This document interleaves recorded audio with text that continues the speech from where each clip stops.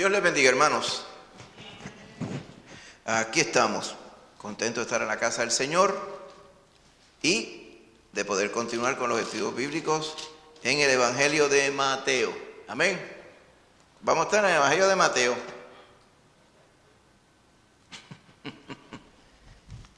Amén. Así que ahí estaremos. Hoy vamos a estar en el estudio número 13.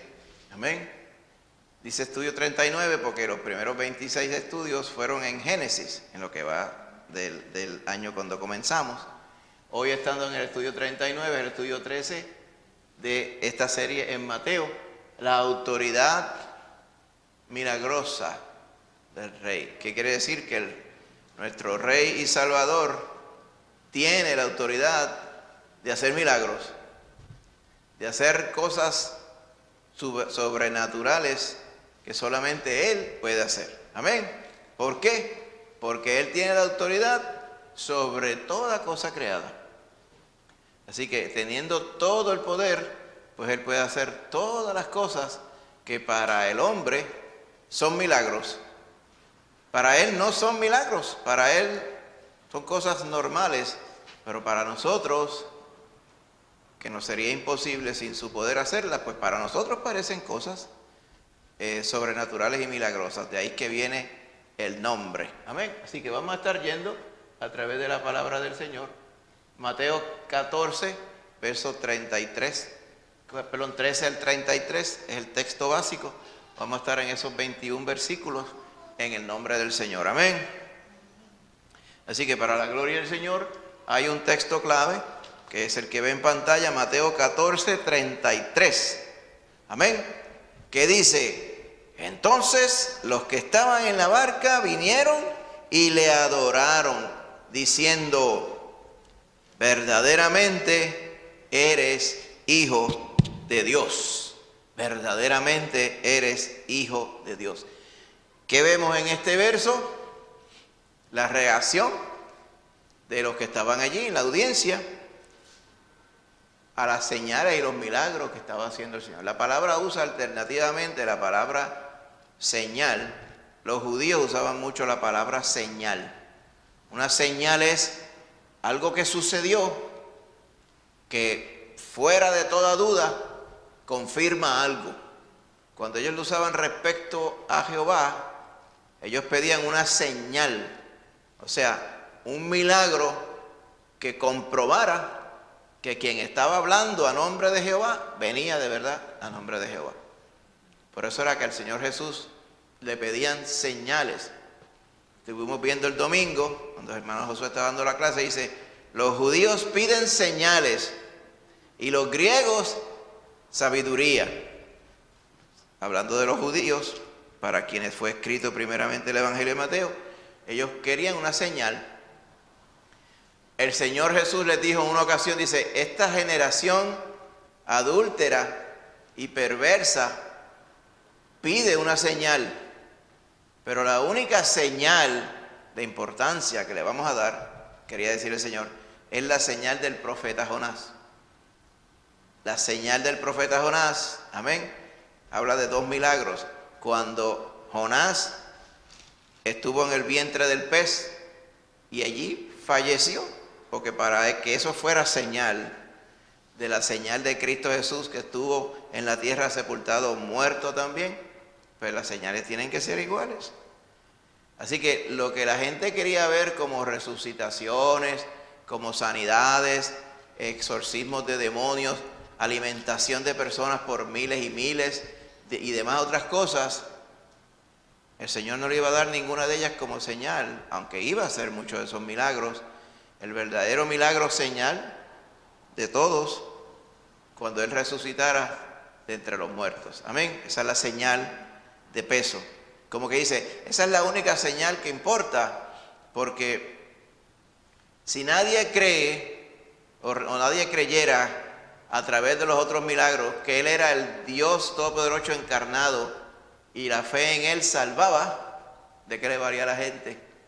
De que le sacaran el demonio al hijo, o sanaran al que estaba enfermo, o le dieran comida y todas estas cosas. Con eso no sacaban nada, porque todas esas cosas son temporeras. Por eso el Señor decía, la verdadera señal es aquella que confirma que yo soy el Hijo de Dios, que vino a buscar y a salvar lo que se había perdido. Así que, por ello, este es el verso clave y vamos a ir más adelante. Amén. Así que, ¿cuál es, verdad, la verdad central que vamos a estar ocultando hoy? Ahora sí, ahí está. Los milagros de Jesús tenían un propósito que era suplir unas necesidades que había en el momento. Amén. O sea, no se hacían porque tenían que hacerse para demostrar algo, sino porque había una necesidad. Había un muchacho endemoniado, había una muchacha que había fallecido, o habían diferentes otras situaciones de enfermedades.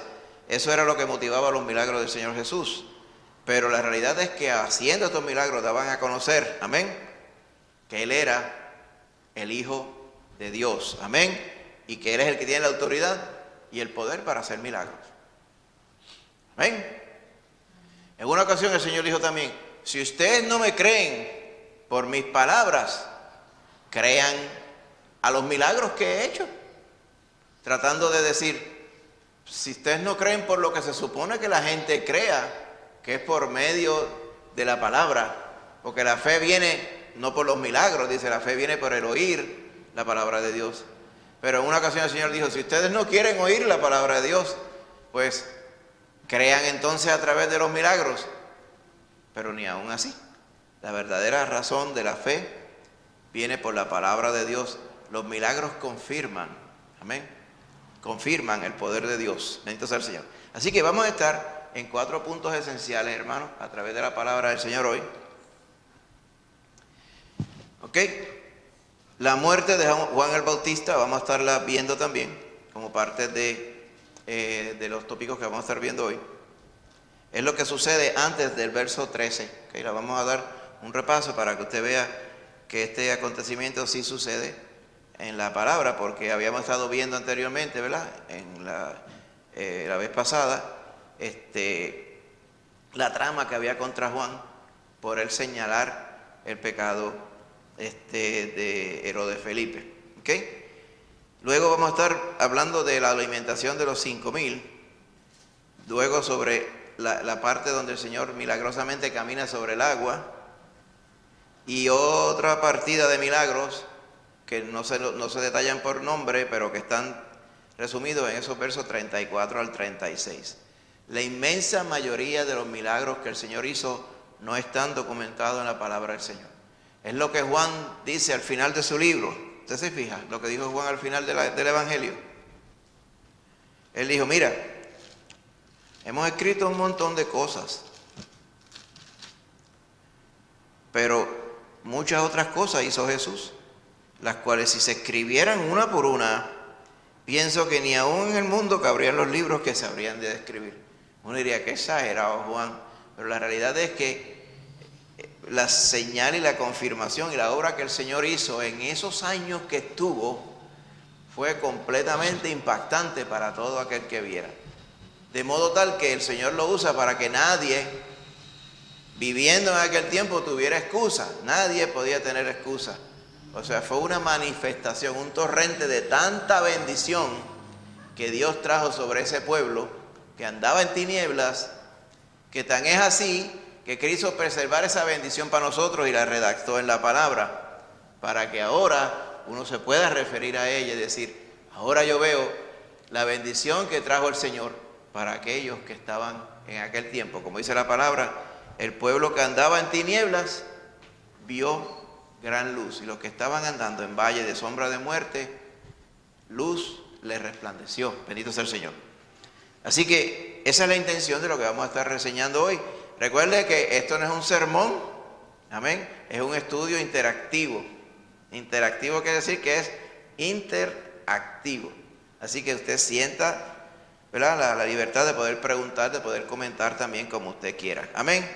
Y vamos a repartir estos 4 sets de versos. Amén. Tengo 4. Primero de Mateo 14, 1 al 12. ¿Quién quiere leerlo? Hermanita Angie. Juan 13, 14, 13 al 21, Lorimar. Úrsula, Mateo 14, 22 al 33. Yo eso lo recuerdo más tarde. Y en la última parte, Mateo 14, 34 al 36, Millo. Amén. Gloria a Dios. Pues la primera porción habla sobre la muerte de Juan el Bautista, ¿ok? Así que vamos a ir sobre esto un momentito. Anteriormente habíamos cambiado las baterías, pero parece que hay otra situación, un poquito a veces como que no conecta, pero si usted ve que se tarda un poco en pasar la diapositiva, lo hacemos, no hay problema. Mateo 14, versos 1 al 12. Lo leerá Maitangi. En aquel tiempo, Herodes el tetrarca oyó la fama de Jesús y dijo a sus criados: Este es Juan el Bautista, ha resucitado de los muertos y por eso actúan en él estos poderes. Porque Herodes había prendido a Juan y le había encadenado y metido en la cárcel por causa de Herodías, mujer de Felipe su hermano, porque Juan le decía: no te es lícito tenerla. Herodes quería matarle, pero temía al pueblo porque tenían a Juan por profeta. Pero cuando se celebraba el cumpleaños de Herodes, la hija de Herodías danzó en medio y agradó a Herodes, por lo cual éste le prometió con juramento darle todo lo que pidiese. Ella, instruida primero por su madre, dijo: dame aquí en un plato la cabeza de Juan el Bautista. Entonces el rey se entristeció, pero a causa del juramento y de los que estaban con él a la mesa, mandó que se la diesen. Y ordenó decapitar a Juan en la cárcel. Y fue traída su cabeza en el plato y dada a la muchacha, y ella la presentó a su madre. Entonces llegaron sus discípulos y tomaron el cuerpo y lo enterraron, y fueron y dieron las nuevas a Jesús. Amén. Un relato sombrío, ¿verdad? Y triste, justo antes del relato bíblico que vamos a estar reseñando ahora. ¿Ok? Simplemente haciendo un breve resumen de lo que veo aquí. ¿Ok? La fama de Jesús llegó a oídos de Herodes el tetrarca. Tetrarca quiere decir que era gobernador sobre 4 regiones. Tetra viene de 4, ¿verdad? 4 regiones. Herodes, era de la familia de esa cepa de los Herodes, que han habido unos cuantos. En el tiempo que nació Jesús, había un Herodes el Grande. Y más adelante hubo de esa familia, hay un árbol genealógico extenso. Uno de ellos, ¿verdad?, es Herodes, que llegó a gobernar también a la fuerza, apoderándose del mismo reino. Y entonces, él era hijo de aquel Herodes el Grande, que era el rey durante el tiempo que el Señor Jesús nació. Herodes Antipas se le llama, ¿ok? Él, en el momento que estamos leyendo aquí, ya él había hecho decapitar a Juan el Bautista. Lo que se habla aquí entonces del verso 3 al 12 es como llaman en inglés, un flashback. Dice, ¿por qué Herodes cuando oye de Jesús dice: ese es Juan, que volvió a vivir de entre los muertos? Y uno dice, pero ¿y cuándo fue que Juan falleció? Entonces aquí Mateo nos hace la narración, ¿verdad? Dice, Herodes había prendido a Juan. Usted oye el resto de la historia, ¿ok? Que era por causa de Herodías. Herodías era su cuñada, pero en ese momento era su mujer, porque él le había quitado la esposa de su hermano y la había hecho su esposa, ¿ok? Estaba en adulterio con esta mujer, ¿ok? Y lo que nos narra la historia es que a través de toda esta maraña, ¿verdad?, de pecado que había aquí, Juan había señalado y se lo había dicho a Herodes que no le era permitido tenerla. Y eso lo sabía todo el mundo, pero el único que se atrevió a señalarlo fue Juan. Herodes quería matarlo, pero le tenía miedo al pueblo, porque el pueblo consideraba que Juan era un profeta. Así que él no quería que Juan estuviera señalando su pecado, pero por el otro lado, ¿verdad?, le tenía miedo al pueblo, no que el pueblo fuera a hacer nada, sino porque él quería quedarse congraciado por el pueblo. Porque lo que sucede con todos estos Herodes era que ellos no eran judíos en realidad. Estos Herodes eran edomitas, o como le decían en otras partes, idumeos. Entonces ellos querían hacerse tan judíos pero no podían porque no eran de la raza de los judíos. Pero ellos querían congraciarse con los judíos, así que se apoderaron del poder desde los tiempos de Herodes el Grande, y entonces estaban asociados con los saduceos, que era la cepa de los sacerdotes, y entre los dos, ¿okay? Tenían un toma y dame, tenían un gobierno y estaban básicamente, tenían como una dictadura montada allí, religiosa y política, ¿okay? Entonces él no quería, él quería quedarse de buenas con el pueblo, pero no le convenía que Juan estuviera entonces señalándolo. Pero él mismo quedó presa de sus palabras, ¿verdad? Porque en uno de estos momentos, como pasa con mucha gente, empieza, ¿verdad?, a hacer las cosas tontamente, ¿verdad? Mira, vea qué terrible han dibujado a esa mujer ahí. Herodías, que era su cuñada, ¿ok? Definitivamente quería también matar a Juan. Y usted sabe, Herodes tenía una fiesta, estaba, parece, bien borracho, con un montón de esos amigotes allí, poderosos, y lucido y borracho. Parece que la muchacha, la hija de esta señora, hizo unos bailes allí, y él, ¿qué tú quieres? Yo te voy a dar hasta las estrellas, el sol y la luna, todo lo que te dé la gana. Y ya la muchacha tenía un plan con la mamá. Y nada más, cuando Herodes te diga esto, tú le vas a decir que tú quieres la cabeza de Juan. Y eso fue lo que pasó. Por una tontería y por una liviandad de este varón, ahí se nota lo basura que era Herodes, siendo el rey de todo, y más basura eran la familia con la cual se estaba juntando, ¿verdad? Aquí lo ponen como que le da tanta pena las cosas, pero básicamente lo que sucedió fue eso. La muchacha entonces, pues, le pidió esto a Herodes, y Herodes, como estaba delante de todo el mundo, no le pudo decir que no. ¿Okay?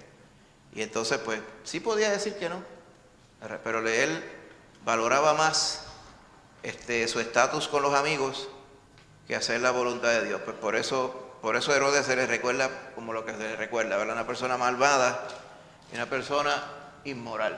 Amén. Por eso fue que entonces fallece Juan. ¿Ok? Juan entonces, en ese tiempo, se le recordaba por ello. Y tan grande era la superstición y la ignorancia de la gente, que el mismo Herodes pensaba que Jesús era Juan. ¿Okay? Y como también muchos de los discípulos de Juan terminaron siendo eventualmente discípulos de Jesús, pues eso atraía un poquito de la confusión. ¿Ok? Así que, de entre todo esto, el Señor en algún momento menciona sobre Juan, ¿verdad?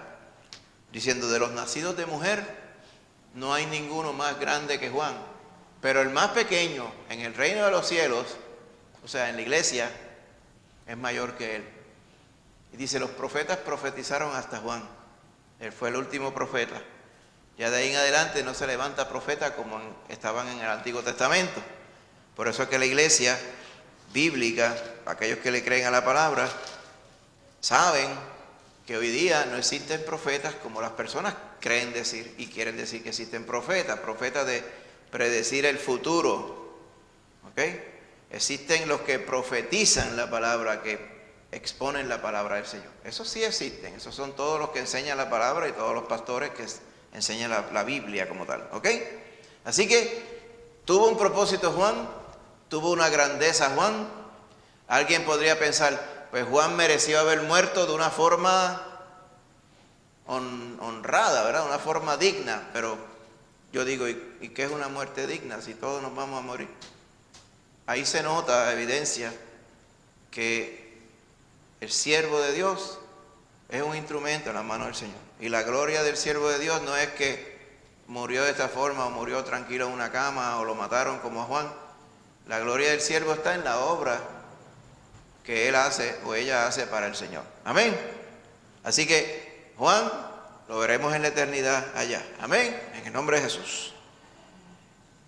Abruptamente entonces continúa la historia, empezando en el verso 13, y continúa con la alimentación de los 5,000 pocas porciones aparecen todas en los evangelios. Esta es una de ellas. Además de la crucifixión y la resurrección de Jesús, aparece obviamente en los 4 evangelios, pero esta aparece también en los 4. La alimentación de los 5,000. Así que vamos a ver estos milagros que el Señor hace y la razón de ellos. Amén. Palabra de Dios. La hermanita Lorimar lo va a leer.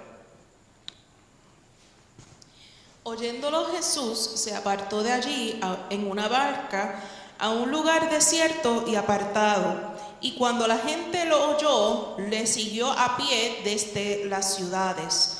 Y saliendo Jesús vio una gran multitud y tuvo compasión de ellos, y sanó a los que de ellos estaban enfermos. Cuando anochecía, se acercaron a él sus discípulos diciendo: el lugar es desierto y la hora ya pasada. Despida a la multitud para que vayan por las aldeas y compren de comer. Jesús les dijo: no tienen necesidad de irse, dadles vosotros de comer. Y ellos dijeron: no tenemos aquí sino 5 panes y 2 peces. Él les dijo: traédmelos acá. Entonces mandó a la gente recostarse sobre la hierba, y tomando los 5 panes y los 2 peces, y levantando los ojos al cielo, bendijo y partió, y dio los panes a los discípulos, y los discípulos a la multitud. Y comieron todos, y se saciaron, y recogieron lo que sobró de los pedazos, 12 cestas llenas. Y los que comieron fueron como 5,000 hombres, sin contar las mujeres y los niños. Amén. Aquí vemos este milagro que muchas personas conocen. Amén. Es súper famoso. Que muchas personas conocen en la ocasión que el Señor dio de comer a este montón de personas. La palabra del Señor nos relata, ¿ok? Ya al final de los versos que leyó Lorimar, que eran 5,000, pero 5,000 eran solamente los varones, sin contar las mujeres y los niños. Así que es de esperarse que hubieran allí, no sé, como 15,000 o 20,000 personas, y cuidado si había más, ¿ok? Así que era más portentoso. Ahora bien, dice entonces que cuando Jesús oyó que Herodes estaba agitado por las nuevas de sus milagros, ¿verdad? Se retiró en una barca, porque Herodes, o sea, el Señor reaccionaba ante algunas cosas que sucedían en el entorno. En otras ocasiones, habían algunos, ¿verdad? Y decía, cuando el Señor sintió que lo querían agarrar para convertirlo en un rey, se escapó de ellos, ¿verdad? Y sucedió en una ocasión. En esta ocasión, cuando él vio que estaba Herodes haciendo mucho ruido allá y que había matado a Juan y todo eso, él dijo: yo no me voy a meter en eso, porque a mí nadie me va a matar. Dice: yo tengo poder para dar mi vida. Cuando yo decida dar mi vida, yo voy a entregar mi vida. Pero yo no me voy a meter en la agenda de este varón, ¿ok? Porque algo que él siempre hacía, y que es algo que nosotros debemos hacer también, es no mezclarnos con los asuntos de nadie. ¿Okay? En una ocasión Pablo le dijo a Timoteo: mira, no participes de pecados ajenos. ¿Qué quiere decir eso? Y dice: ¿qué quiere decir Pablo? Dice: pues mira, no te estés juntando con gente que no le añade nada a tu ministerio. No es que estés enajenado completo, pero hay juntillas que no convienen. Hay juntillas que no convienen, ni que te asocien ni que te mencionan en la misma frase con algunas personas. Y eso tú lo sabes, el Señor te da sabiduría. El Señor era practicante de ello. Él decía: ¿por qué se iba a meter él en esa noticia de que dicen que Juan resucitó, pero no fue que resucitó, que es Jesús, porque a Juan lo mató Herodes, y Herodes es Jesús, y Jesús es que mire, olvídese de eso. Él no quería meterse en esa maraña, en esa confusión. Él quería mantenerse completamente apartado de eso. Por eso se retiró de allí en una barca, dice, y se dirigió a un lugar desierto junto al mar de Galilea. ¿Ok? Dice, no es porque tuvo miedo de nada, es que él quería apartarse del revolú.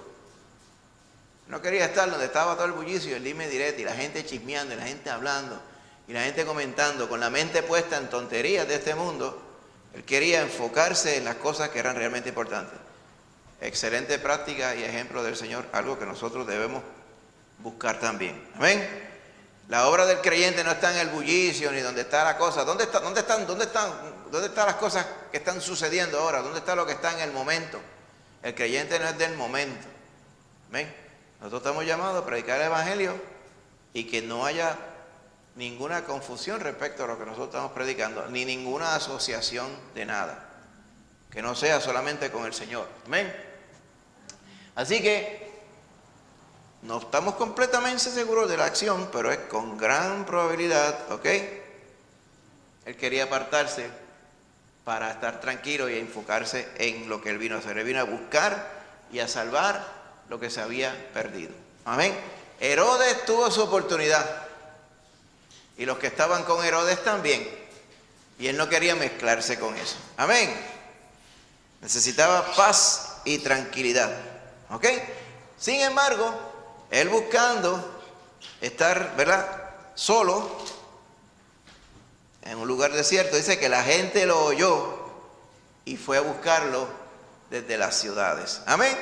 Así que la gente llegó a donde estaba Jesús. Gloria a Dios por eso. Amén. Así que en lugar de decir, pues, ¿qué remedio? Él obviamente estaba en un espíritu amoroso, gozoso, de que ahora las personas estaban buscándole. Amén. Ahora, más adelante, este mismo relato es el que está en Juan capítulo 6, donde allí se narra en más detalle cuando él fue a un lugar en el borde del mar de Galilea, allí les predica y allí alimenta a la multitud. Y después él se separa a otro lugar solo, se monta en la barca y cruza al otro lado del mar. Y la gente le sigue hasta allá y le dice, maestro, ¿cuándo tú llegaste acá? Capítulo 6 de Juan. Y él le dice, a la verdad os digo que no fue porque le creíste a las señales ni a la palabra, sino porque se comieron el pan y se saciaron. Y más adelante en la conversación ellos le dicen, maestro, danos siempre de este pan.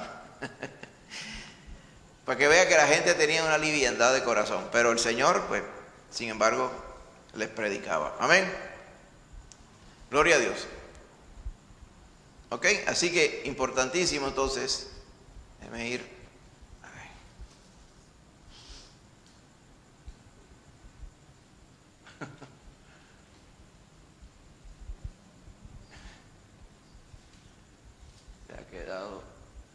Se ha quedado ahí como a mitad. Mira a ver si es que será el PowerPoint. Un segundito, que es que tenemos un poquito de problema técnico.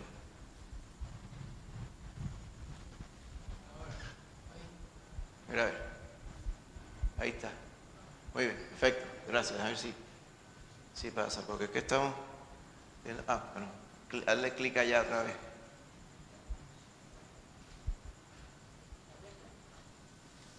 Sí, ahora está pasando. Ok, perfecto, gracias. Amén. Un poquito de problema técnico, gracias, Josué. Ok, así que el Señor estuvo completamente de acuerdo. Esta multitud llegó a buscarlo allá. Ok, después de las 3 de la tarde, ok, los discípulos pensaron que iba a haber un gran problema, porque había mucha gente allí y no había nada para comer. Y era un lugar evidentemente apartado. ¿Ok? Así que le dijeron a Jesús, el Señor envía a la gente para que vayan y busquen comida en las ciudades, porque posiblemente a esa hora todavía podrían haber conseguido un poco de comida, ¿verdad? En ese momento. Eso era lo que estaba preocupando el corazón. Dice, la hora ya está pasadita, despídela, vamos a suspender aquí para que vayan a comer en las aldeas. Amén. ¿Qué les dice el Señor?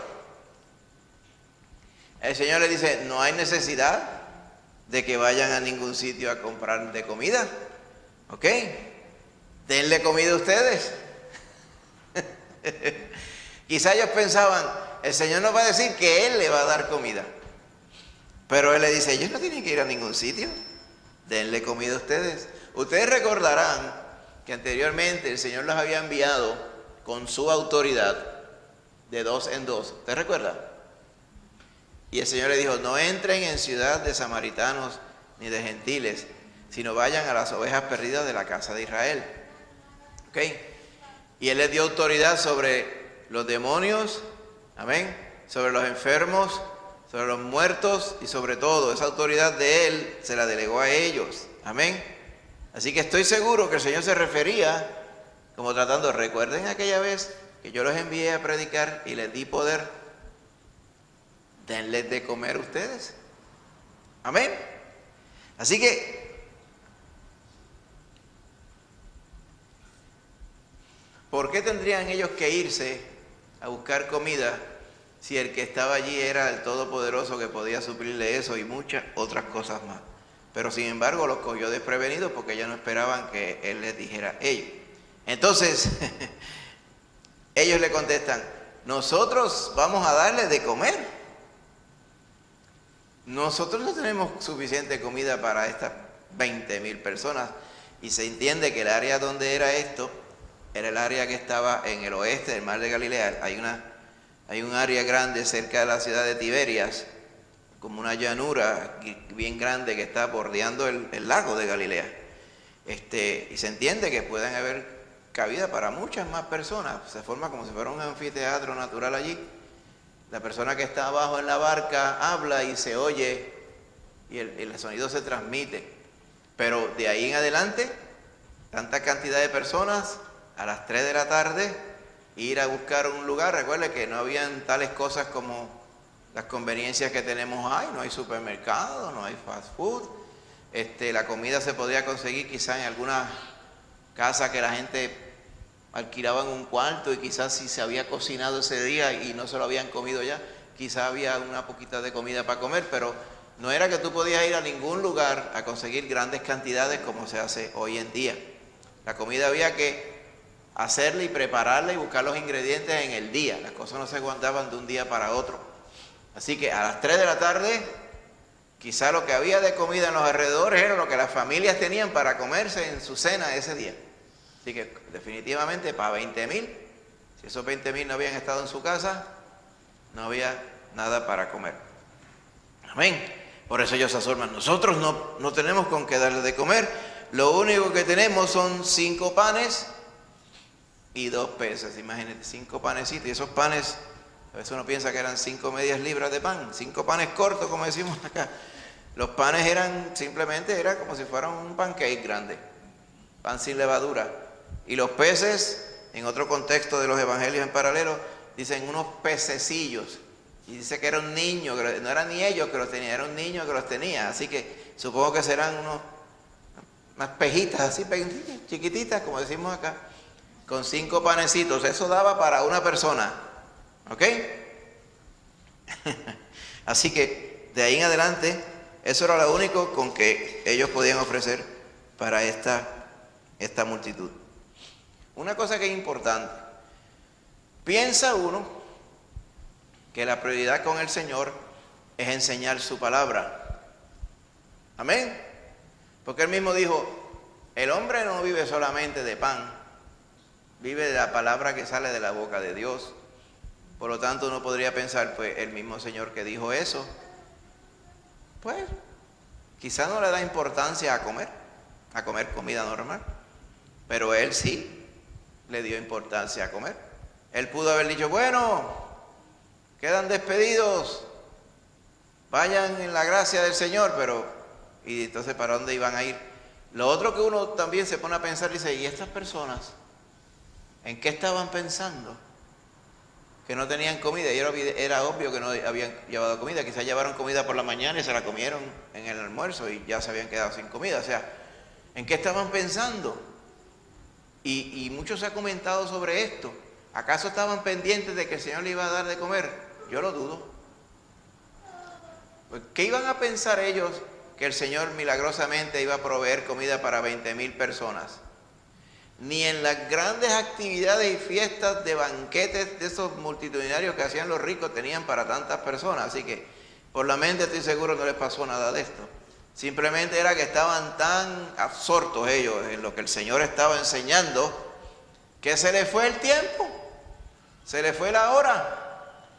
Y allá estaban los papás, las mamás, con sus hijos de todas las edades, a las 3 de la tarde, lejos de sus casas, sin comida.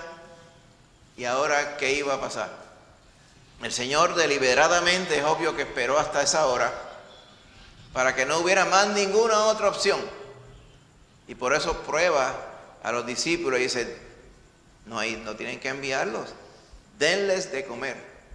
Porque estoy seguro que, aunque se fueran todos y buscaran en las aldeas de alrededor, ¿dónde iban a encontrar comida para 20,000 personas? Cuando es posible que ni 20,000 personas vivían en los alrededores de allí por varias millas a la redonda. Así que era imposible hasta que el Señor Jesús se puso en el centro. Amén. El Señor lo que quería, obviamente, era, glorificarse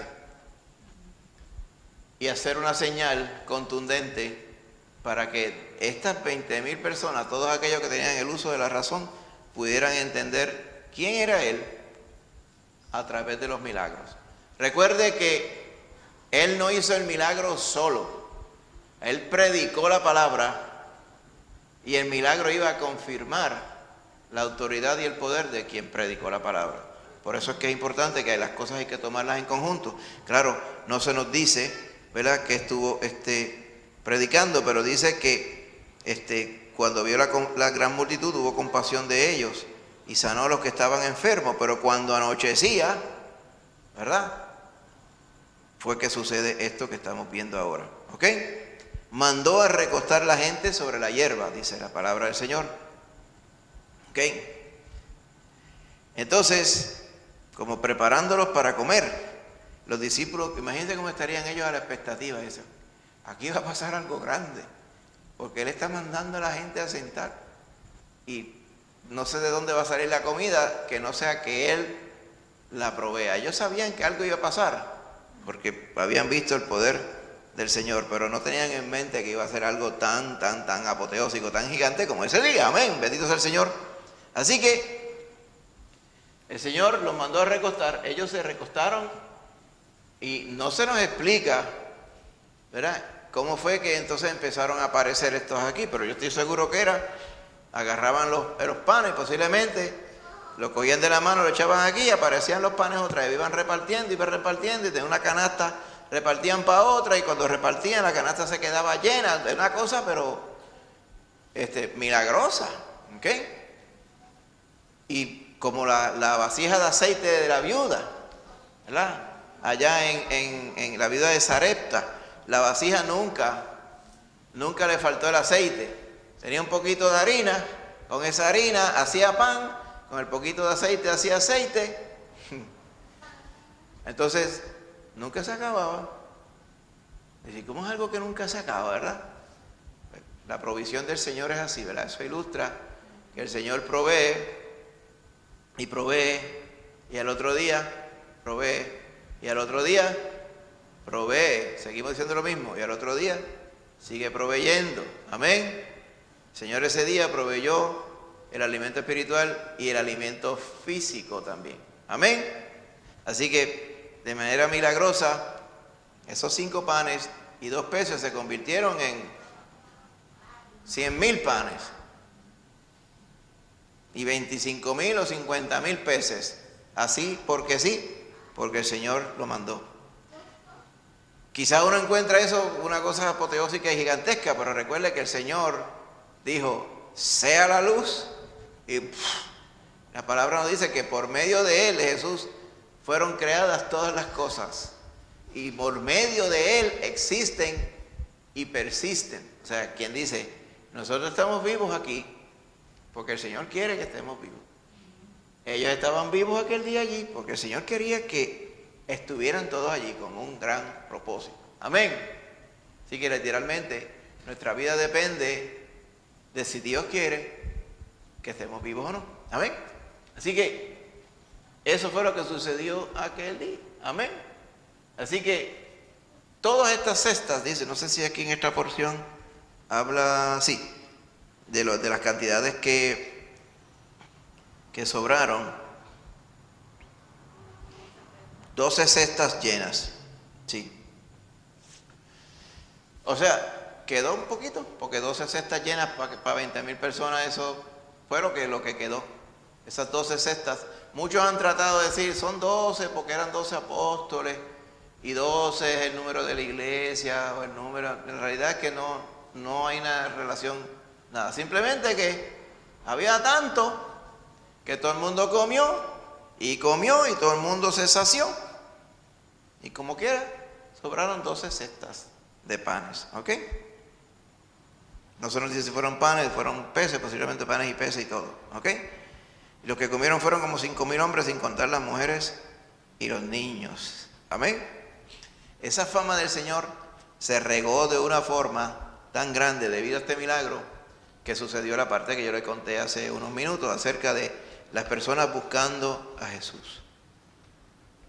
Ahora, nos ilustra que muchas personas buscan a Jesús, de ahí que viene el refrán, por los panes y los peces.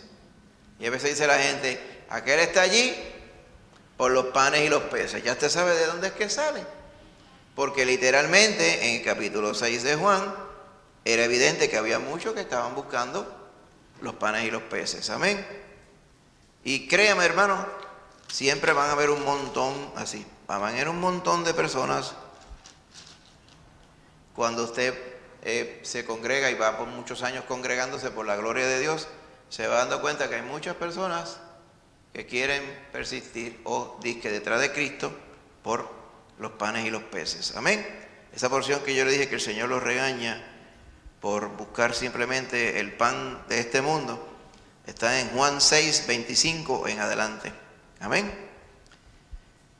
Y esta porción es bien cerca de la que leímos este día, antier, ¿verdad? En el sermón que citamos, Juan 6, 67 y 68, donde el Señor le responde a los 12, ¿ustedes se quieren ir también? Dice, ¿a quién iremos? Solo tú tienes palabras de vida eterna. Amén. Todo ese contexto. Porque el Señor había predicado una palabra bien dura, bien directa en el resto del capítulo 6, y las personas se habían ofendido porque no estaban interesados en recibir la palabra de Dios, estaban interesados en llenarse la barriga. Y el Señor predicó duramente y separó el trigo de la paja. ¿Okay? Al trigo le pregunta, déjeme verificar otra vez, ¿ustedes se quieren ir? Y Pedro le dije, ¿a dónde vamos a ir? Si solamente tú tienes palabras de vida eterna. Amén. Que el Señor es lo que quiere hacer. Amén.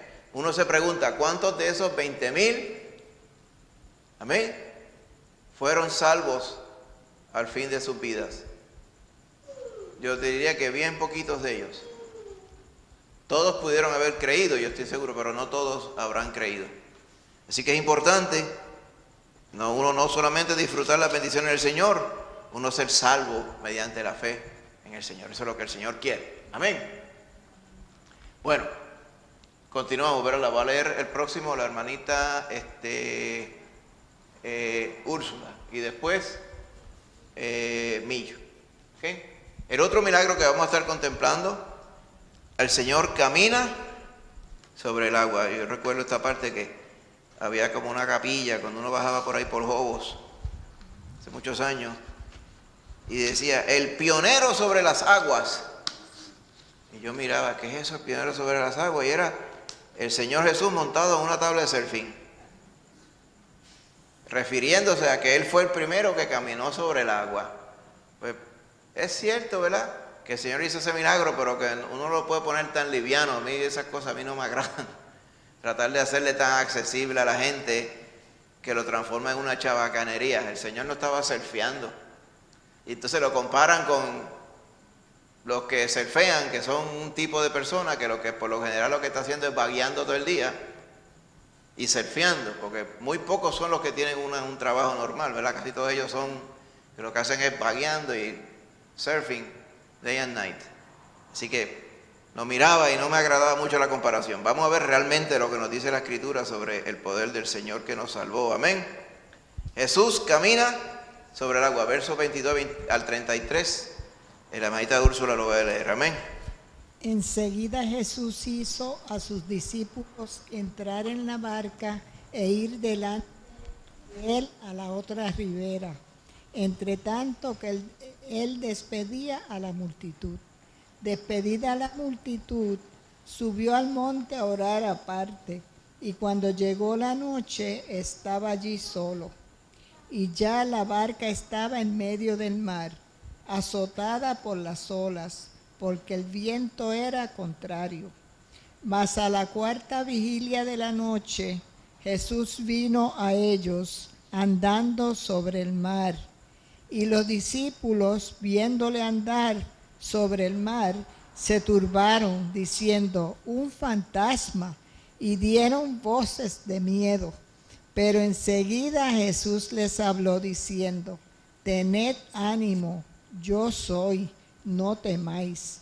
Entonces les respondió Pedro y dijo: Señor, si eres tú, manda que yo vaya a ti sobre las aguas. Y él dijo: ven. Y descendiendo Pedro de la barca, andaba sobre las aguas para ir a Jesús. Pero al ver el fuerte viento, tuvo miedo, y comenzando a hundirse, dio voces diciendo: Señor, sálvame. Al momento Jesús extendió la mano, asió de él y le dijo: hombre de poca fe, ¿por qué dudaste? Y cuando ellos subieron en la barca, se calmó el viento. Entonces los que estaban en la barca vinieron y le adoraron, diciendo: verdaderamente eres Hijo de Dios. Amén. Gracias, amita Úrsula. Así que el segundo milagro que estamos considerando hoy, el Señor caminó sobre el agua. Amén. Después de haber consumado el milagro de la alimentación de los 5,000 varones, ¿verdad?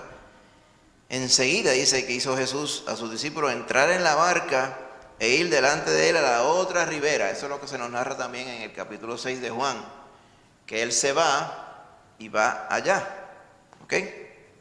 Entonces la multitud, ¿ok?, se fue por su camino y el Señor se apartó a orar aparte. Él mandó a los discípulos primero a cruzar al otro lado del mar, del lago de Galilea, mientras él despedía a la multitud.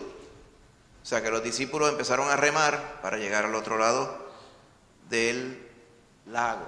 Recuerde la hora que era.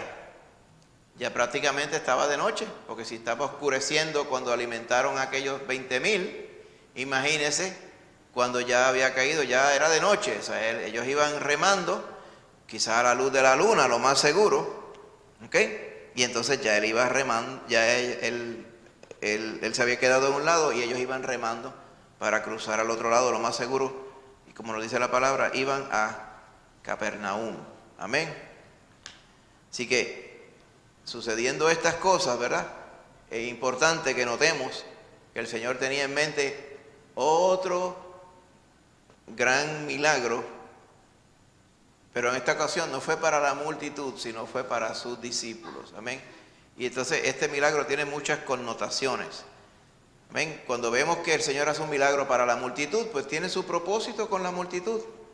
Pero cuando es algo específicamente para sus discípulos, pues típicamente estos señales y estos milagros implican muchas cosas más que los que son simplemente para la multitud. Igual que con las parábolas, ¿verdad? Las parábolas pues son bien amenas y explican puntos del reino que quizás sería complicado explicarlos directamente, pero no es lo mismo una parábola que escuchar un sermón que tiene mucho más detalle que la parábola, pero la parábola tiene su atractivo y su bendición. El milagro de los 20,000 tenía su propósito, pero el milagro del el caminar sobre el agua tenía mucho más connotaciones y las vamos a ver, ¿verdad?, de manera breve en lo que vamos a reseñar. Así que Jesús mandó a sus discípulos crucen al otro lado, ¿ok? Subió a un monte a orar, ¿ok? Básicamente cuando llegó la tarde, o sea, era prácticamente de noche ya cuando estaba allí solo, ¿ok?, orando, ¿ok? Y entonces cuando la barca iba cruzando el mar, en el mar de Galilea, el lago de Galilea es famoso porque el clima cambia de momento. Y de momento puede estar tranquilo y de momento en media hora se forma un turbión y vienen vientos y la tempestad se desata, y estas barcas eran un poquito más grande que una de las yolas estas de los pescadores de Isabel y de Aguadilla. Y agarrar un oleaje de eso y viento de noche, estaba fea la cosa.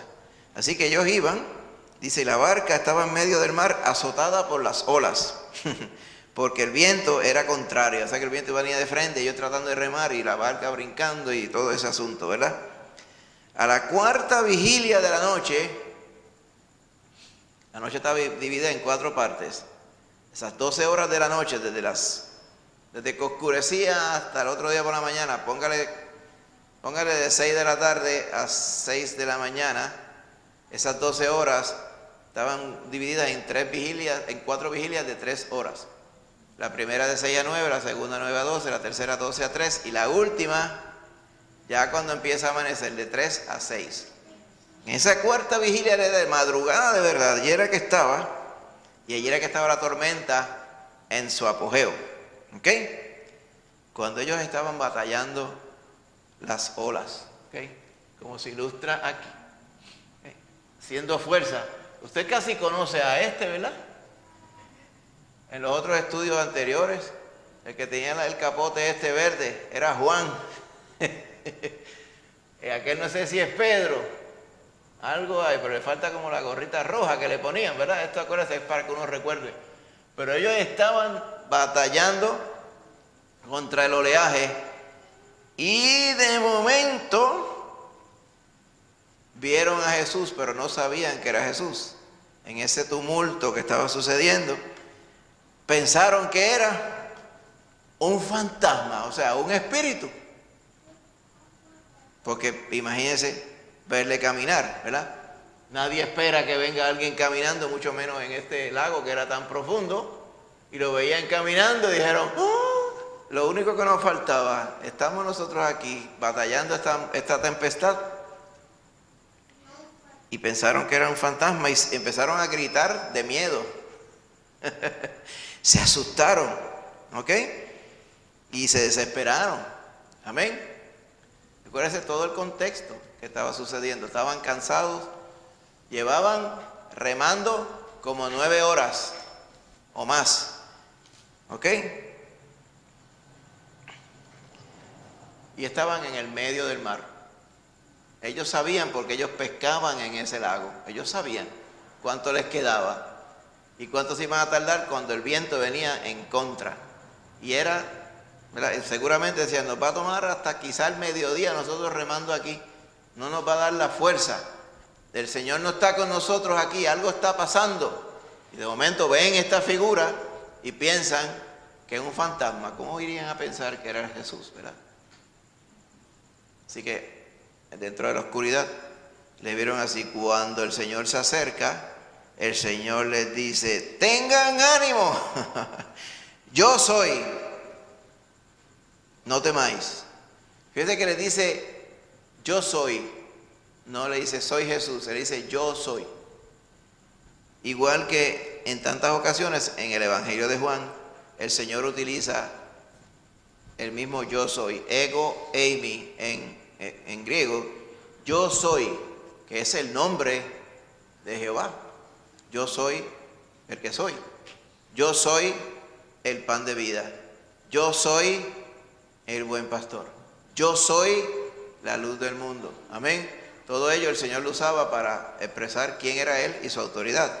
Aquí les dice, tengan ánimo. O sea, no tengan miedo. Yo soy. No temáis. La connotación de las palabras yo soy, no temáis, no solamente es para que ellos le conocieran, sino que dice, Dios mismo está aquí. Yo soy, como dice, yo tengo el poder sobre todo esto que está pasando a mi alrededor. Yo tengo el poder, yo estoy en control. No tengan miedo. Entonces Pedro le dice, Señor, como vemos aquí, si eres tú, ¿ok? Manda a que yo vaya caminando sobre el agua, ¿ok? Ahora bien, si nos detenemos un momentito allí, ¿qué quería demostrar el Señor a sus discípulos? Y a nosotros que estamos leyendo la historia ahora, ¿verdad? Preservada en la palabra. No es un hecho fortuito, o sea, no es algo que dice, ay, qué curioso que el Señor estaba allí y simplemente pues hizo este milagro. Y qué curioso que él iba caminando sobre el mar, porque él pudo haber nadado, sí, él pudo haber nadado, y pudo haber desaparecido y aparecido en la barca también, como lo haría en unas cuantas ocasiones más tarde. O sea, ¿por qué el Señor caminaba sobre el agua? La razón de ser de esto, hermano, es simple. Primero, porque él podía caminar sobre el agua. Como todopoderoso, él podía hacer tantas cosas que uno no puede hacer de manera natural, ¿verdad? Pero lo otro que él quería implicarles era que cuando el Señor está con nosotros, él está en control de todo y las cosas suceden con un propósito. Amén. La tempestad tenía un propósito, igual que unas horas antes, el que la multitud estuviera sin comida tenía un propósito también. La muerte de Juan el Bautista tenía un propósito. Con el Señor todas las cosas ayudan para bien y tienen un propósito. ¿Usted recuerda la historia de Job que estuvimos concluyendo el domingo? Job no le adjudicó al Señor despropósito alguno. ¿Qué quiere decir? Lo que Job creía, aunque no lo entendía, creía que el Señor siempre tenía un propósito para las cosas, y así sucede. Así que había un propósito con la tempestad, había un propósito con enviar los discípulos adelante, había un propósito que ellos estuvieran batallando contra la tempestad, y había un propósito que él esperara que ellos estuvieran en el mismo medio del mar, donde más hondo estaba, y cuando más tarde era, para llegar allí. Era el momento preciso que el Señor quería mostrarse a ellos. Amén. Así que en esa porción, en las porciones paralelas, no se menciona necesariamente el detalle sobre Pedro. Pero Pedro le dice, Señor, si eres tú, manda que yo vaya a ti sobre las aguas. Amén. Y eso fue lo que él pidió. Señor, mándame caminando sobre las aguas. Amén. Muchos preguntan, ¿y por qué Pedro le pediría esto? Si sabía que el Señor estaba en control de todo. No podemos saber qué había en el corazón de Pedro, pero a mí se me hace pensar que si el Señor podía caminar sobre el agua, podía ser que Pedro caminara sobre el agua también. Y él quiso. Amén. A veces uno dice, ¿y para qué tenía que caminar con el agua? Que iba a sacar Pedro caminar encima del agua. Y así pasa con muchas cosas que nosotros hacemos. Quizás muchas cosas que nosotros hagamos pensamos que no tienen una importancia tan grande, pero el Señor permite que las hagamos. Amén. En este caso también, la bendición, ¿quién iba a ser fortalecido por la fe de Pedro? Sus compañeros. Amén. Pedro y nosotros también. Póngase a pensar, usted pisar el agua y pisarla como si fuera la tierra firme, ¿verdad? Definitivamente un milagro. Amén. Pedro le pidió, Señor, que yo pueda hacer como tú hiciste, yo caminar encima del agua, como si estuviera caminando encima de la arena que tiene un poquito de agua encima, algo así, ¿verdad? Y así es que se nos ilustra aquí, ¿verdad? El Señor venía caminando como si cual cosa. Pedro quería hacer lo que su Salvador estaba haciendo. Amén. Así que Pedro realmente recordaba, era una parte muy importante que tenemos que recordar. Cuando Él los envió anteriormente, capítulos anteriores, los envió a predicar su palabra, les dio su autoridad y su poder, Pedro ciertamente estaba pensando en esto. En aquella ocasión el Señor nos dio su poder y su autoridad. Pues, Señor, dame tu poder y tu autoridad para yo caminar sobre el agua también. Amén. Porque Él quería hacer lo que el Señor hacía. Si usted mira a Pedro, ¿verdad? Pedro quería imitar al Señor prácticamente todas las cosas. Amén. Así que por eso muchas veces se metió hasta en problemas, por eso mismo, ¿verdad? Y en esta ocasión, pues, ya usted sabe lo que le pasa al final de la historia. Pero eso no quita lo bendito que era de parte de Pedro el querer hacer lo que el Señor estaba haciendo. Amén. Así que por eso es que Él le pide al Señor. Entonces, empieza a caminar sobre el agua, pero entonces, empieza a hundirse. Déjenme ver que esto esté grabando todavía. No quiero que se corra. Sí, amén. Y sucedió, este es Pedro, ve que tiene la bandita de colores, como lo habíamos identificado antes, ¿ok? Tan pronto como dijo ven, Pedro descendió al agua y comenzó a caminar y estuvo caminando encima del agua mientras miraba fijamente a Jesús, pues pudo caminar hacia el frente, ¿verdad? Y esto ilustra algo real, no es algo simbólico como tal. Iba todo bien, pero entonces, y no es simplemente, ¿verdad? Hay personas que piensan, ¿qué cursi? No es cursi. Dice, cuando él se dio cuenta en la situación que estaba, pues dejó de confiar en el Señor. Ciertamente le vino al corazón, en lo que yo me he metido, ¿quién me manda? Y entonces, al dudar, como cualquier otra persona dudaría, pues el Señor permitió que se hundiera. El Señor pudo haber permitido que él, aún con su duda, pudiera caminar al otro lado, pero él quería enseñarle algo importante, ¿verdad? ¿Qué quería enseñarle? Que todo lo que vamos a hacer nosotros, aunque parezca sencillo, parezca grande, tiene que ser con plena confianza en el Señor, que fue el que nos capacitó para hacerlo. Amén. Cuando él quitó la vista de Cristo, se empezó a hundir y entonces gritó, ¡ay, Señor! Señor, sálvame.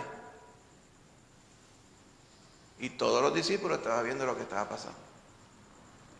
Por eso dice la palabra, puestos los ojos en Jesús. Amén.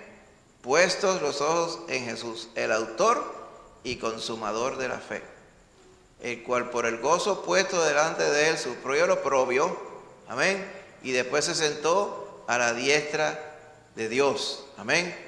Allá Isaías dice, él vio el fruto de la aflicción de su alma y quedó satisfecho. Pablo dice en Colosenses 3, ¿ok? Poner la vista en las cosas de arriba y no en las de la tierra. Mientras Pedro mantuvo su vista en Cristo, caminaba perfectamente bien. Y esto no solamente es simbólico de lo que estamos viendo, para Pedro fue bien real, él no se estaba ahogando simbólicamente. Todo ello fue bien real. Y fue bien real porque el Señor quería que todos, especialmente los que estaban también en la barca, prestaran atención a lo que estaba pasando. ¿Okay? Por eso el Señor decía allá, cuando hablaba sobre la vid, dice, separados de mí, ustedes no pueden hacer nada. Por eso es que todo hay que hacerlo en el nombre del Señor Jesús.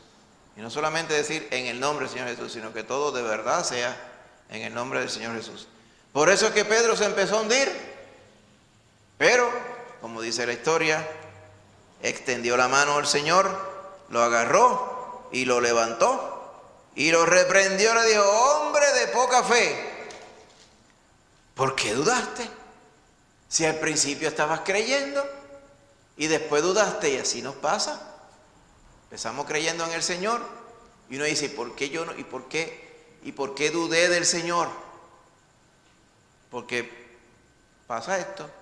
Empezamos a ver y dice, la cosa está mala, esta enfermedad está potente, la peladera es real, la tentación es fuerte, y empezamos a sumar todas esas cosas que el mundo está chévere y todas esas tonterías que nos vienen a la mente y uno se distrae con eso. Amén. Lo que le mencioné al principio del Señor apartarse de lugares solitarios porque él quería tener unos ratos a solas. Es por eso mismo. Él no quería estar en el bullicio y todo, tener como 20 cosas en la mente. ¿Sabe que eso pasa mucho hoy? Esa es una de las peores cosas que pasan en los tiempos que tenemos ahora. Hay tanta cosa y tanta noticia de puras idioteces que le vienen a usted todos los días, porque simplemente alguien pensó que eso era algo importante y se la alimentan en la televisión o el teléfono. ¿Usted ha visto cuántas noticias hay? Que si el mequetrefe, aquel otro que canta rap, lo demandaron por violencia doméstica. ¿Qué me importa a mí esas tonterías? Pero como hay gente que sigue esas noticias, pues si ya uno sabe la basura de gente que son, la inmensa mayoría, ya uno sabe lo que va a pasar. Pero uno si ve eso, pues se distrae y dice, ¿quién será este tonto que están mencionando ahora? Nada que ver, entonces su mente divaga, se pierde el poder estar en comunión con el Señor por estar pendiente de esas cosas. Entonces, estas cosas vienen automáticamente a usted, sin usted quererlas muchas veces. Y son distracción, su mente está repartida en un montón de cosas. Por eso es que mucha gente tiene problemas concentrándose hoy día. ¿Ok? ¿Por qué? Porque en la cultura que vivimos, eso es lo que nos están alimentando. Por eso el Señor se apartaba para estar tranquilo. Pedro, muchas razones que podemos explicar, puso su vista fuera del Señor y se hundía. Dice que cuando ellos subieron a la barca, o sea, Jesús con Pedro, el viento se calmó. Entonces los que estaban en la barca vinieron y le adoraron, diciendo, verdaderamente eres Hijo de Dios. Amén. Eso es el verso clave que estábamos leyendo al principio. Amén. Cuando ellos vieron el poder de Dios, vieron el propósito del Señor con lo que le pasó a Pedro, el efecto en la fe de ellos, la confesión de ellos, verdaderamente eres Hijo de Dios. Bendito sea el Señor. Amén. Así que meditemos en esto, hermano. También pueden haber un montón de otras cosas más que el Señor ponga en nuestra mente. Una vez repasemos de nuevo el pasaje. Amén. Pero por el propósito del tiempo, vamos a ir a la otra porción. Aquí que hemos visto dos milagros grandes, de los dos milagros más notorios del Señor, ¿verdad? Otro milagro notorio fue la resurrección de Lázaro. Amén. El que cree en mí, aunque esté muerto, vivirá. Amén. Y el propósito por el cual Él resucita a Lázaro también. Pero vamos a terminar con Mateo 14, 34 al 36. Lo va a leer Millo. Amén. Y terminada la travesía, vinieron a tierra de Genesaret. Cuando le conocieron los hombres de aquel lugar, enviaron noticia por toda aquella tierra alrededor, y trajeron a él todos los enfermos, y le rogaban que les dejase tocar solamente el borde de su manto, y todos los que tocaron quedaron sanos. Amén. Gloria a Dios. Dice, terminada la travesía, cuando ya había subido con Pedro a la barca y por fin llegaron al otro lado, llegaron a la tierra de Genesaret. Eso es al lado este del mar de Galilea. En esa tierra de Genesaret, en esa área, es donde Genesaret o Gergesa o Gadara, estaba el gadareno endemoniado, ¿verdad? Donde hubo aquella ocasión donde el Señor sacó la legión de demonios que estaba en él. En esa área, que ya bordeaba con áreas de los gentiles, ¿verdad? Y esa área allí era dada por eso, ¿verdad? Por mucha confusión que había respecto al Señor. Cuando los hombres de aquel lugar le conocieron, dice, enviaron noticia por toda aquella tierra alrededor. Amén. Y dice que trajeron a él todos los enfermos, gloria sea el Señor, y le rogaban que les dejase tocar solamente el borde de su manto, y todos los que lo tocaron quedaron sanos. Amén. O sea, con solamente tocar el manto del Señor, ellos sanaban. Era el poder del Señor obrando en la fe de ellos, hacía tales y tales cosas. Así que la barca llegó al otro lado, se enteraron todos y vinieron a él, y todos los que lo tocaban, hermanos, quedaron completamente curados. No se nos dan los detalles de quiénes eran, Pero es obvio que dice que cuando vinieron todas aquellas personas, tenía que ser posible centenares de personas y posiblemente más, y todos los que estaban enfermos quedaban sanos. Una cosa que es impresionante era que había tanta gente enferma. Porque donde quiera que el Señor iba, habían grandes multitudes de enfermos. Y eran enfermedades notorias. Personas ciegas, personas con heridas, personas cojas, paralíticos, leprosos, endemoniados, ciegos, aquella que tenía el flujo de sangre por muchísimos años, gagos, o sea, leprosos, cuánta cosa había, hermano. Inclusive muchas que quizás no se nos menciona en la Escritura. Y todos estos enfermos en aquellos tiempos, para los cuales no había necesariamente una cura, porque no existía ese conocimiento en aquel entonces, ni tenían tampoco los medios para ello. Decía que aquella mujer que tenía el flujo de sangre había gastado todo lo que tenían los médicos y seguía con el mismo predicamento que tenía. Cuando llegaba el Señor Jesús, simplemente con ellos tocar el borde de su manto, quedaban sanos. Más adelante, allá en Hechos, se nos narra que cuando Pedro iba pasando, ponían los enfermos en el borde del camino para que la sombra de Pedro le cayera encima. Y cuando la sombra de Pedro les tocaba, ellos quedaban sanos. De ahí que está el corito, dice, con la sombra de Pedro se sanaban los enfermos. Porque se sanaban los enfermos, no era el poder de Pedro, era el poder del Señor Jesús. Amén. Tan grande era el deseo del Señor bendecir a la gente, que con solamente tocar el manto del Señor, la gente quedaba sana, hermano. Amén. Gloria sea el Señor. Ahora bien, el Señor sanando a todos los que estaban enfermos, hermano. Aquí se ve ilustrando, ¿verdad? Y nos imaginamos posiblemente a un niño, quizá le había dado polio o de estas enfermedades que antes eran catastróficas y quedaba paralítico o quedaba minusválido. El Señor había sanado. Amén. Así que los médicos de aquel entonces, de aquellos contornos, estarían maravillados y estarían de vacaciones también, porque no había nadie que sanar, ¿ok? Así que no hubo enfermos. Pero si Jesús llegaba a una aldea y sanaba a todos, pues no habían enfermos. Eso nos da un adelanto de la eternidad también. Cuando el Señor está, hace la diferencia. En la eternidad no van a haber enfermos. Nadie va a decir, es que tengo una cita, a menos que sea una cita con el Señor. No va a haber nada de eso. Nadie va a estar diciendo, ay, esta vez no pude llegar porque me dio un dolor. No van a existir esas cosas. Porque con el Señor esté, todo va a ser hecho bien y no va a haber enfermos. Amén. Así que el Señor que sana, llegó ese tiempo allí a sanar a los enfermos. En una ocasión, en una cita que no recuerdo ahora en los evangelios, decían las personas, todo lo ha hecho bien. Sana a los cojos, le da vista a los ciegos, echa fuera a los demonios, todo lo hace bien. Juan, a la verdad, no hizo ningún milagro, pero todo lo que Juan dijo de era verdad.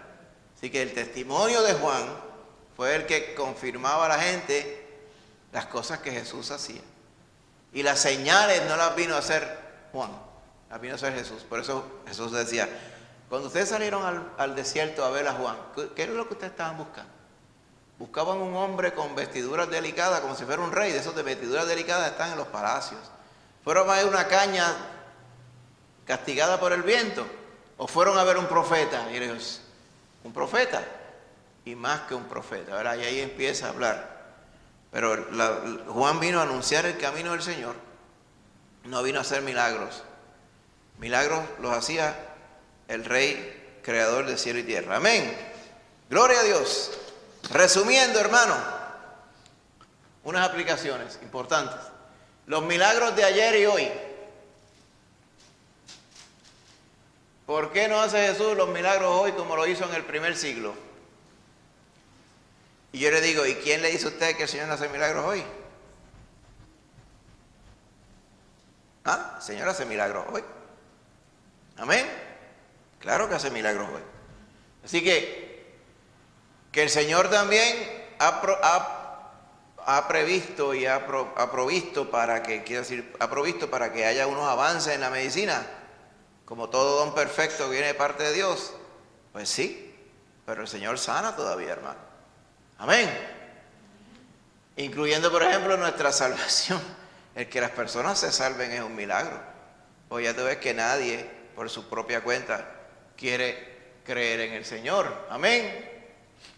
Y yo estoy seguro que usted, a través de su testimonio, ha visto la mano milagrosa del Señor. Porque no todos los milagros son sanidades de enfermedades, hermano. Es que a veces uno piensa que los milagros solamente son sanidades de enfermedades. Los milagros son aquellas cosas que solamente Dios puede hacer. Piensa a ver cuántas caen ahí. ¿Quién únicamente le pudo salvar? El Señor. Amén. ¿Quién únicamente le puede bendecir con la vida que Él le ha bendecido? El Señor. Amén. Así que el Señor sigue haciendo milagros. Ahora bien, ¿cuál es el propósito de los milagros, verdad? El propósito de los milagros en la antigüedad es el mismo propósito de ahora. Los milagros son para confirmar la autoridad y la gloria de Dios. Amén. Los milagros por sí solos no pueden ser ancla de fe de nada. Porque el ancla de la fe y el fundamento de la fe es la palabra del Señor. Los milagros están para confirmar de manera adicional lo que nos dice la palabra del Señor. En el caso del Señor, cuando Él predicaba, los milagros confirmaban la autoridad con la cual Él predicaba. Amén. Así que los milagros muchas veces son mal interpretados, ¿verdad? Y a veces son negados. Dicen, no, eso no puede ser. ¿Okay? Pero Jesús los hace para profundizar la fe de los suyos. Amén. Bendito sea el Señor. Y cuando a usted le dicen, usted tiene tal cosa según el análisis, vamos a hacerlo otra vez. Y le hacen el análisis, eso fue la máquina que se equivocó. Y esa cosa yo lo he escuchado un montón de veces, máquinas se pasan equivocándose. La primera cosa que uno piensa, dice, pues mira, salió una nube, después no salió la nube. Las nubes no se van así solas por la máquina, yo. El que quita las cosas es el Señor, que hace las cosas con su milagro, poder milagroso, amén. Así que usted está vivo hoy, porque el Señor ha querido que usted esté vivo hoy. Piense. Si usted hubiera estado enfermo de esta forma, o le hubieran dado los padecimientos que usted le dieran en su vida, y usted los hubiera padecido a 300 años antes, ¿usted estaría vivo? Si usted fue a parir y el muchacho se adoró, y no hacían cesárea en ese tiempo, ¿qué le hubiera pasado a usted? Pues moría ahí, y a lo mejor el hijo también. Pero ya hoy en día es de rutina la cesárea. ¿Va viendo? Si usted tenía problemas del corazón, venas tapadas de 300 años, bendito.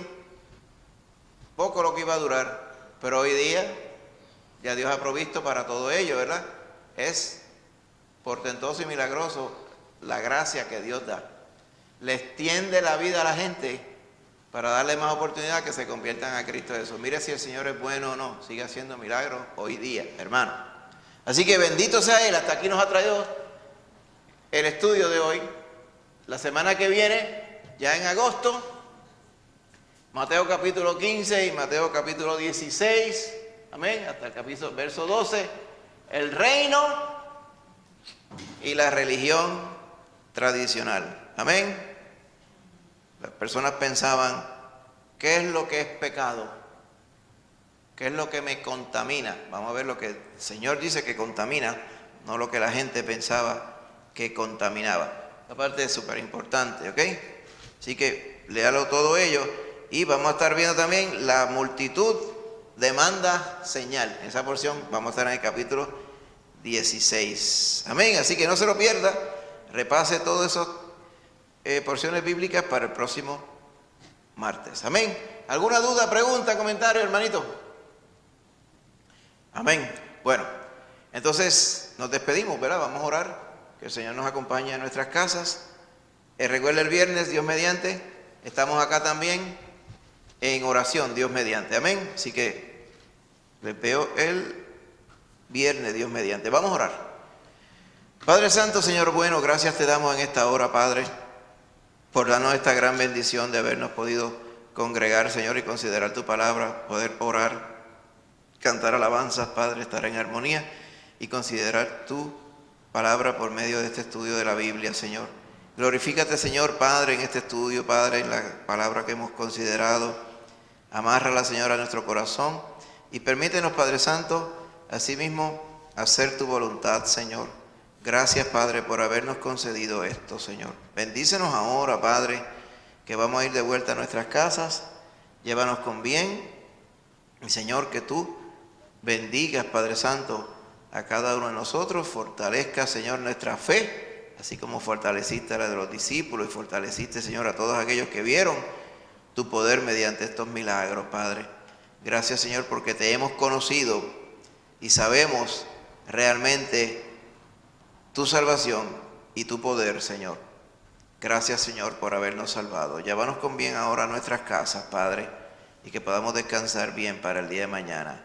Gracias, mi Señor. En el nombre de Jesús lo pedimos. Amén.